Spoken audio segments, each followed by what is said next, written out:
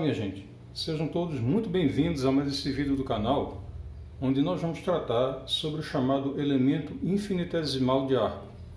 Esse é um tópico bastante importante e ele é utilizado dentro de temas como, por exemplo, o cálculo do comprimento de arco ou a interpretação física da derivada de uma função vetorial. Então, para isso, eu preciso começar apresentando a vocês uma notação que na matemática a gente utiliza para as chamadas variações infinitesimais. Então, vamos recordar algo que a gente já sabe.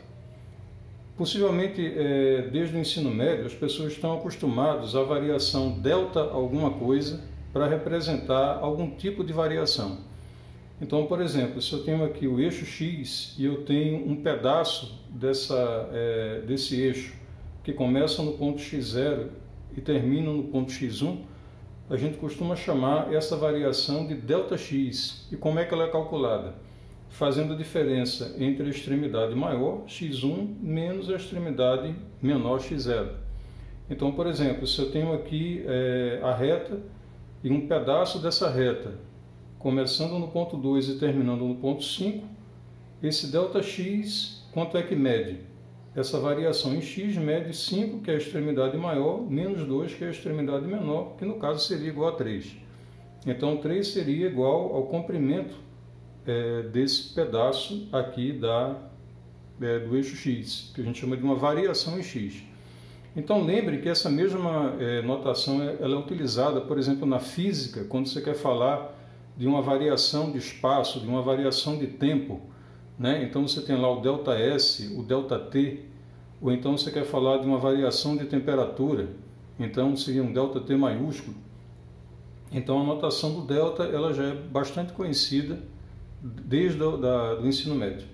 Quando a gente começa a trabalhar a nível universitário com o cálculo diferencial e integral, então surge a necessidade de a gente falar também num tipo de variação, mas uma variação muito pequena e por isso ela é chamada de variação infinitesimal. Então a gente muda a notação. Em vez de falar de um ΔX, a gente fala, por exemplo, de dx. Então, nesse caso, a letra D ela é utilizada para denotar uma variação infinitesimal. Então, como aparece aqui na figura, imagine que você tem aqui um pedaço do eixo x, você queira se referir a uma variação muito pequena aqui em x. Se de repente a gente ampliar essa variação, né, a gente vai ver aqui nessa parte aqui da lupa ampliada, essa variação, e por ela ser muito pequena, tecnicamente a gente chama de infinitesimal, a gente, em vez de denotar por ΔX, a gente denota por dx. E essa notação vale para outras situações. Por exemplo, quando a gente se refere aos eixos coordenados x, y e z, a gente acabou de ver que dx é uma variação muito pequena na variável x. Mas você pode falar também de uma variação dy no eixo y ou uma variação dz no eixo z. Também você pode usar a notação ds, geralmente para denotar o que a gente chama de um elemento infinitesimal de arco, que aliás é o tema desse vídeo.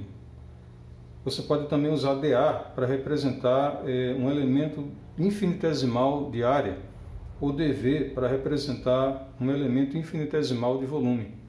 Então, essa notação de alguma coisa, ela é sempre usada em vários contextos do cálculo diferencial e integral. Bom, então, feitas essas observações, vamos para o que interessa.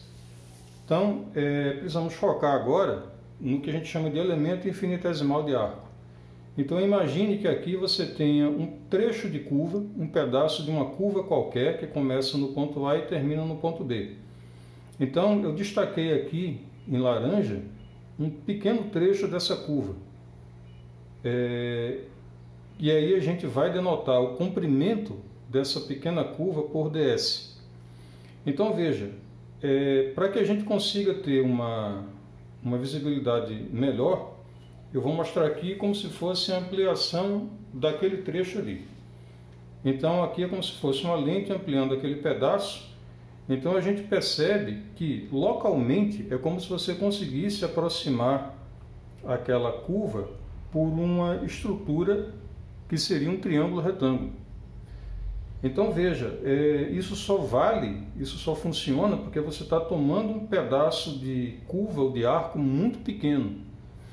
Então, para esse triângulo retângulo, que iria equivaler ali aquele trechinho da curva, você percebe que ele tem duas variações. Ele tem uma variação em x, mas por ela ser muito pequena a gente chama de dx. Ela tem também uma pequena variação em y, que é o que a gente chama de dy, ou variação infinitesimal em x e em y. E aqui você tem o chamado elemento infinitesimal de arco. Então, elemento, porque ele é apenas um pedaço desse arco ou dessa curva. Nesse caso, a palavra arco é utilizada como sinônimo de curva. Infinitesimal, porque ele é muito pequeno. Então, veja, a nossa tarefa agora é relacionar quantitativamente, ou seja, escrever uma relação que estabeleça uma correspondência entre o valor desse elemento infinitesimal de arco, que a gente está chamando de ds, e as quantidades infinitesimais dx e dy. Então, para isso, a gente vai ver que a gente lança a mão de um recurso já conhecido de muitas pessoas e que a gente consegue fazer isso de uma maneira muito simples. Então, a gente vai lançar a mão, no caso, né, do velho e conhecido Teorema de Pitágoras. Então, pelo Teorema de Pitágoras, o que a gente tem? Olha, se a gente reconhece que temos aqui um elemento que aproxima localmente um pequeno triângulo retângulo, então a gente reconhece que a hipotenusa desse triângulo retângulo é essa medida aqui que a gente está chamando de ds, que é o próprio elemento infinitesimal de arco. Por outro lado, quem são os catetos? Dx e dy. Então, usando o Teorema de Pitágoras, fica fácil a gente aplicar o teorema diretamente e escrever essa relação que é hipotenusa ao quadrado, ou seja, ds ao quadrado é igual à soma do quadrado dos catetos, ou seja, a variação infinitesimal dx ao quadrado mais a variação infinitesimal dy ao quadrado. Então, essa é uma relação muito importante que pode ser apresentada tanto nessa forma como, em alguns casos, é conveniente você apresentar o ds, não o ds ao quadrado. Então é só você extrair a raiz e dizer que ds vai ser o quê?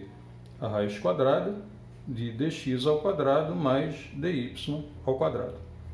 Então temos aqui duas relações bastante importantes que serão usadas, por exemplo, dentro do cálculo 3, para estabelecer a expressão que nos fornece o cálculo do comprimento de arco de uma curva, seja definida por funções paramétricas ou seja definida por uma função vetorial. Então, se você gostou desse vídeo, deixa aqui o seu like. Qualquer dúvida que você tiver a respeito dessa dedução, poste aí nos comentários do canal que eu vou ter um grande prazer em responder. Se esse vídeo ajudou você a entender melhor esse conteúdo, então curta e compartilhe com seus amigos. E caso ainda não seja inscrito, inscreva-se no canal e ative o seu sininho para nunca perder as nossas atualizações. Até a próxima!